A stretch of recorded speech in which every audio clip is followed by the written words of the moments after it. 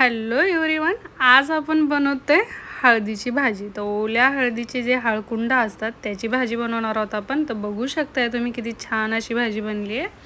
तर सर्वात आधी हळद जी असते तिला स्वच्छ धुवून घ्यायचं आहे आपल्याला, आणि धुतल्याच्या नंतर त्याचे आपण साल काढून घेणार आहोत बघा। तर हळद ही भरपूर पौष्टिक अशी असते आणि हळदीची भाजी बरेच जण खात पण नाही। तर अशा प्रकारे करून बघा, खूप छान अशी होते। त्याची साल जी आहे ती आपल्याला काढून घ्यायची। अद्रक जशी असते तशीच दिसते, आणि अद्रक वरची आपण साल कसं काढतो तशी काढून पाण्यामध्ये टाकायची, नाहीतर ती काळी पडते बघा।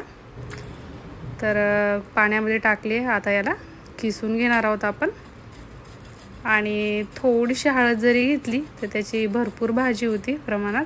तर जास्त भाजी नाही बनवायची तुम्ही जर पहिली वेळेसच बनवत असाल तर। बघा, किसून घेतलेली आहे मी सर्व हळद। आता त्याच्यासाठी लागणारा मसाला बघा, लसूण घेतला आणि ओल्या अशा लाल मिरच्या घेतल्यात, हिरवी मिरची घेतली तरी चालेल, आणि मीठ टाकलेलं आहे। मिठाने लगेच छान असं वाटलं जातं, आणि जास्त बारीक नाही, जाडसरच आबडधोबड आपल्याला वाटून घ्यायचा हा ठेचा। आणि लसूण जो आहे तो जास्त घेतलाय। हळदीच्या भाजीला लसूणची क्वांटिटी जास्त घ्यायची आहे, आणि आबडधोबड वाटून घ्यायचा आहे लसूण। आणि तुपामध्ये ही भाजी बनवली की ते थोडासा उग्रवास जो येतो तो येत नाही हळदीचा। तर तुपाचं प्रमाण थोडं जास्त टाका, आणि जर तुम्ही खात नसाल तूप तर नाही टाकलं तर मग चालेल, पण तुपात जर केली तर खूपच छान अशी भाजी होते ही। तर तुपामध्ये टाकून याला आधी परतून घ्यायचं आहे हळदीला, चांगली अशी नरम झाली पाहिजे। आणि परतून झालं की बघू शकता कलर चेंज झालेला आहे। आता याला आपण काढून घेऊया, आणि आता फोडणीसाठी पण मी तूपच घेत आहे, तुम्ही या जागी तेल घेतलं तरी चालेल। आणि काही खडे मसाले टाकणार आहोत, नंतर जिरे टाकलेले आहेत, आणि कांदा घेतलाय। या कांद्या जागी जर तुम्ही पातीचा कांदा जर घेतला तो अजून छान लागतो, माझ्याकडनं होता मी हाच टाकलाय। त्यानंतर आपण जो वाटून ठेचा घेतला होता तो टाकत आहे बघा। आता व्यवस्थित परतून घ्यायचे सर्व मसाले। एक टमाटो पण टाकलेला आहे बारीक चिरून। त्यानंतर यामध्ये आपण मटर टाकणार आहोत।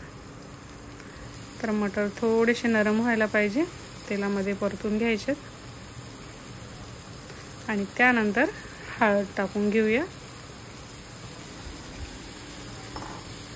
तर हळद टाकून व्यवस्थित मिक्स करून घ्यायचे, आणि कमीत कमी 5 ते 7 मिनटं एकदम छान अशी वाफ आणून घ्यायची आहे गॅस कमी करून, म्हणजे हळद मसाले मिक्स होतील आणि छानपैकी शिजतील। बघू शकता तुम्ही बाजूनं तूप असं एकदम छानपैकी सुटले, म्हणजे आपली छान भाजी झाली आहे, शिजली आहे।